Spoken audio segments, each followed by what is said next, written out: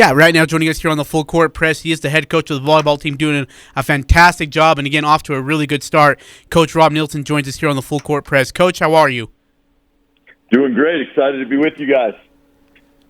Hey, Coach, this is looking at the schedule so far. I mean, you guys have – this is always interesting to talk to coaches about how they try to get their teams ready for conference play, who they'd like to go face, where they like to travel. You've gone up against some interesting teams so far. We were talking about St. Mary's on the basketball schedule. You took on St. Mary's in volleyball. I don't know if they're at the same level or not, but this is let's just talk about your non-conference schedule so far leading up to what you've done in the conference and how you feel like that's prepared your team for what they're going to face when now they're getting into the thick of conference play. Absolutely, yeah. We brought in 10 new people into our program over the summer, right? And so we're trying to figure out how to play together, figure out how to win, figure out what pieces need to go where. And so we knew we needed to play a lot of ball in the preseason. Ended up playing 12 matches in 4 weekends, and so it's a grind in volleyball. You're sometimes playing 2 matches a day. We went up to Northern California. St. Mary's has a great program traditionally. Played Arkansas on the road at Montana State. Played a Weaver program that went to the second round of the NCAA tournament. And so, right, we wanted to test ourselves and see what this group could do. And, we've had some ups and downs along the way, but we're competing at a much higher level than we have in the past. And we think the sky's the limit for this group. We're athletic, we're tough, and we're young, and we're just going to get better and better. Coach, you guys get swept by Colorado State. That's after you guys beat Wyoming. What have you found out about your team so far as you are in Mountain West Conference play now? Yeah, so Wyoming and Colorado State have been doing it right for a long time in our conference in volleyball. They've been the upper third of conference for a long time.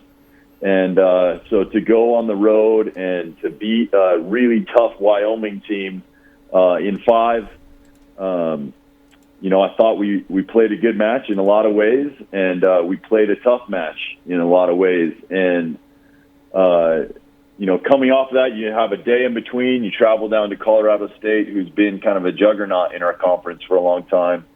And I thought, just in terms of our preparation, in terms of that turnaround, a young team trying to figure out how to just consistently bring it every night, we learned a few lessons. And so you mentioned we got swept, but we're chomping at the bit to see those guys again at the end of the season.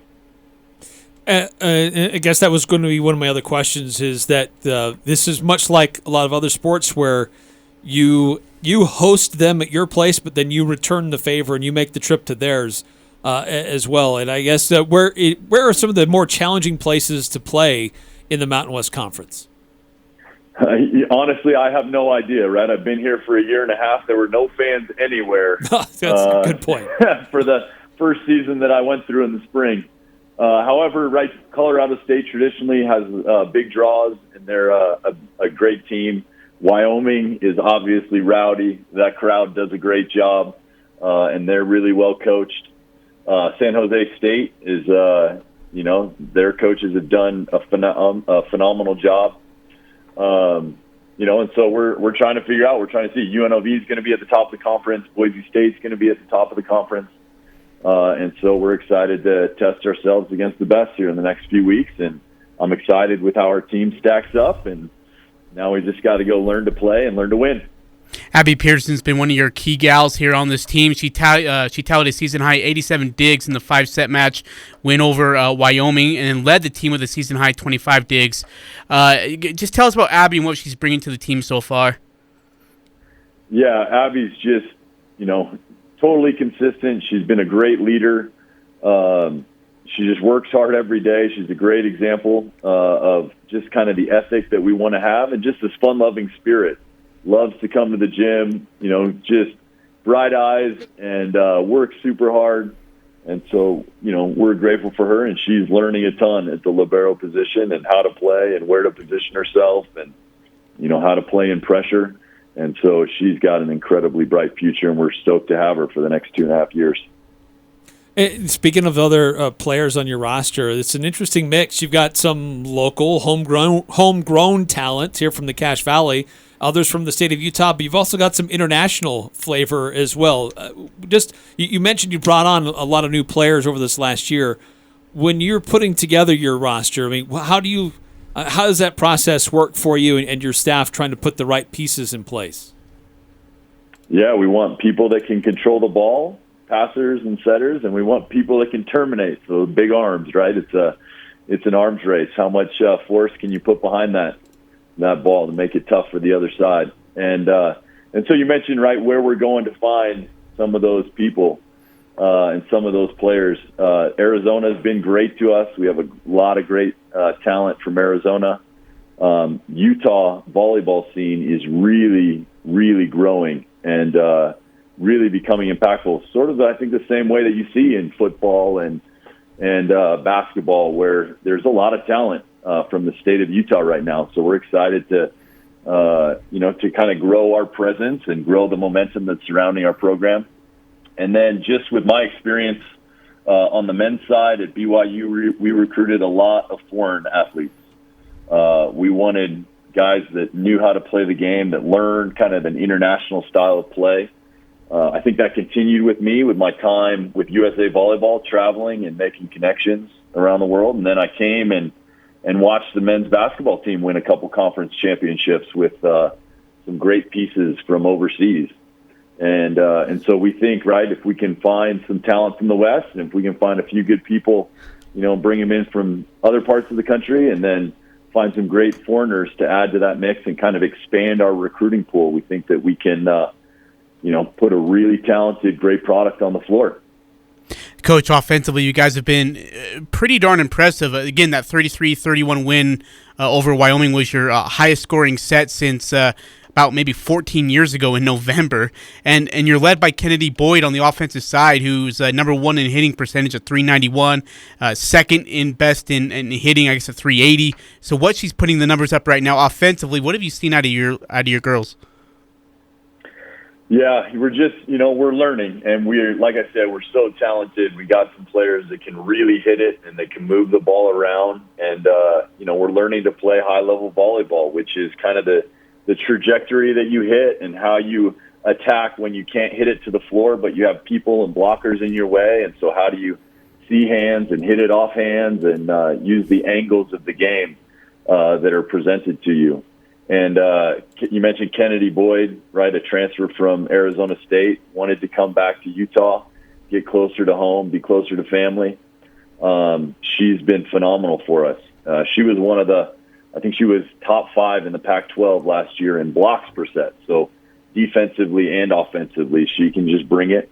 And she just, all these girls, all these players, these women that we brought in just have a wonderful vibe about them, and just a joy for life and a passion for the game. And, she fits right along with that. And I think she's really loving her time here at Utah State. So we're excited to do great things with this group. Again, we're talking to Rob Neilson. He's the head coach for the Utah State women's volleyball program. And Coach, I got to tell you, one of the things that my family always enjoyed doing when it comes to the Olympics is watching the volleyball tournament and how that plays out. The Team USA, did great. It was fun to watch them. When sometimes for some people, there's some sports that come along that some people don't really pay that close attention to until the Olympics, and then you see it get a little bit more attention. From your point of view, and it certainly is going around with Team USA, I mean, what does that do for the sport when the Olympics do come around and it gets a little bit more attention to a sport that's a great sport but doesn't always get the same level of eyeballs or ink in the paper as maybe some of the other sports can? Yeah, absolutely. If you look at the ratings for the last few Olympics, it's been, maybe some of those high-profile track and field events and swimming, and then volleyball is just right there up with them. And men's volleyball in particular, right? I came from the men's national team where, just like you mentioned, there's not this professional presence in the United States. There's not a ton of D1 presence with only about 30 Division I programs. And just for people to see how hard those guys hit the ball and how much skill they have and the way that they can play the game. The top of a men's net is 8 feet, and we got guys that are playing at 12.5, right? You're 4 feet above the top of the net. And so just that physicality that they're playing with is impressive. And volleyball is just like this amazing spectator sport anyways. It's like a slam dunk on every play where guys are jumping 40 inches as hard as they can, hitting the ball as hard as they can. And so we love the exposure, and it's great for men's volleyball. It's great for women's volleyball, and it's great for beach volleyball. And just, as more people start to get invested in the sport, they realize, man, what a great sport this is, and just its ability to showcase for us here at Utah State, powerful, strong, talented, amazing women, and just, the skill that they play with, the power they play with. It's a fun sport. It's fast paced. These are great athletes, and we're excited to showcase them in any way that we can. Coach, when you first got here, what was your goal in building this team and how you wanted to build it? Because you talk about how you guys are still learning, but you also want to make sure that you're progressing and that you're able to compete for a conference championship. What was your goal, and did you have a timeline for that goal and to compete for a conference championship while also building the team? Yeah, you mentioned it, right? We had a vision. Hey, we felt like this is a program that can win conference championships. And so, I'm new to the world of NCAA women's volleyball. Obviously the game's the same in a lot of ways, but I didn't know what our timeline needed to be like. I just knew, hey, we want to create a great experience for our players, and we want to teach them how to play the game and develop the way they see, the way they control the ball, the choices that they make. And then we want to build great relationships and try and make this a wonderful place that will attract people. And, our coaching staff has done a phenomenal job in teaching the game, and I think in building relationships that our players really value. And we've been lucky that it's started to attract some talent, right? We brought in a transfer from South Carolina from the SEC, and we brought in Kennedy from the Pac-12 from Arizona State, and we've kind of created some excitement, I think, around the state of Utah for some recruits that we're starting to work with now. And so, right, for us, it's just, can we get a little bit better every day, and let's just try and accomplish that. And I think that if we do that, we can do great things. Coach, last question for me, and I thought I had an understanding of this until I watched the Olympics, and I got different points of view. Oh, boy. But the defensive specialist, or sometimes the point guard or quarterback, if you will, of volleyball, how do you pronounce that title? The libero. See, that's what I always thought. No, it wasn't. I always thought it was libero. Well, but watching TV and the national libero, broadcast, and if you're overseas, it's libero. I heard something different. I'm like, wait a minute. All these years I've been saying the wrong thing? Okay. No, it sounds like you had it right. Hey, Coach, final question for me. How important can the USU herd be for your guys' home games here?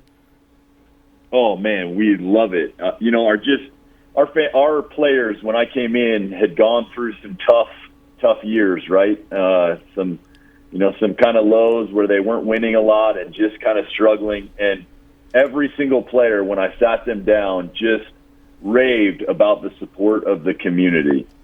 And that was something that was really powerful to them. And honestly, that's something that we sold big time, and we continue to sell to our recruits and the people that are coming into our program. And so just, right, to have the herd there, to have those guys jumping and standing and screaming and getting loud, and to get them, to help them learn more about the game and just how enjoyable it is. We're excited for this to continue to grow. We feel the momentum in the athletic department, and man, we're excited to be a part of it and really to contribute to it in great ways. Big it's one such tonight. A great environment for a volleyball game. It's like right on top of you. If it's packed in there, it's right on top of you, and it's a beautiful thing. It is.